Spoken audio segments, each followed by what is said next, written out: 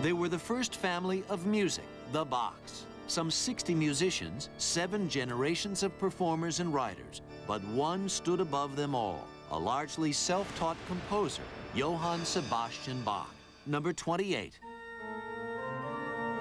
In his time, Bach was known as a virtuoso organist, the best to ever play the instrument, but it would take 2 centuries before his compositions would be acknowledged. You know, when I listen to Bach, it's a revelation. Bach created elaborate lines of melody that combine in extraordinary arrangements of harmony. His musical output was astonishing, more than 800 compositions. We use the word genius very loosely these days, but certainly I don't think it's a waste on Bach. You know, when everything fits and everything dovetails, the effect is total inspiration. That's genius. And that's what he had.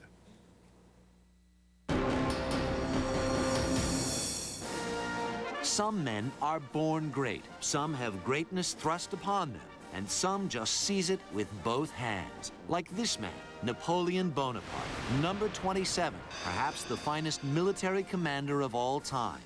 Napoleon grabbed control of France in a 1799 coup d'etat. From there, he conquered virtually all of continental Europe and became one of the most flamboyant rulers of all time. It's all show and glitter and spangly style over real substance, in my view.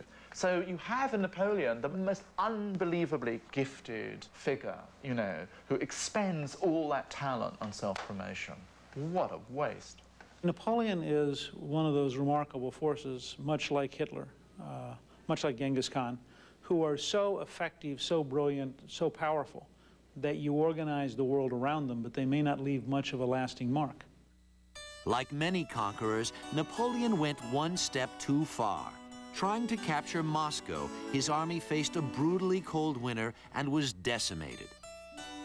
In Belgium in 1815, the Battle of Waterloo marked his final defeat.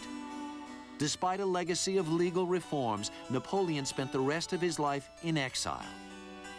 "Power is my mistress," he said.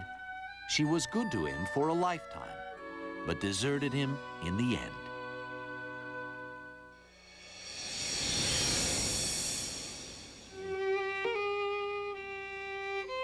For me, the key to Mozart is to enjoy his robust lust for living and at the same time to play him as simply as possible. If ever a genius exploded on the scene like the short, bright burst of a skyrocket, it was number 26 on our Millennium list, Wolfgang Amadeus Mozart. He was able to play keyboard instruments from the age of 3. At 6, he went on tour with his father and sister, performing for the crowned heads of Europe. By then, he was already composing.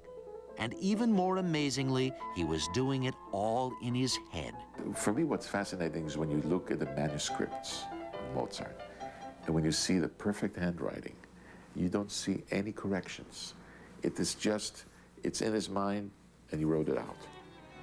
And he could write anything. Concertos, sonatas, symphonies, operas. No other composer was able to create so fluently, so beautifully. Yet despite the richness of his talents, Mozart suffered years of poverty and illness. His career, hampered by court intrigue, was never really successful. He died penniless at the tender age of 36 and was buried in an unmarked grave. But his music lives on, radiant, luminous. If there's any musician that you can talk about who has a God-given gift, it is Mozart. I mean, I'm not talking about talent. I'm talking about as though somebody just blessed him. Well, that wraps up the first night of our special Biography of the Millennium. Tomorrow night, the top 25. Here's a look at just some of the people we'll see.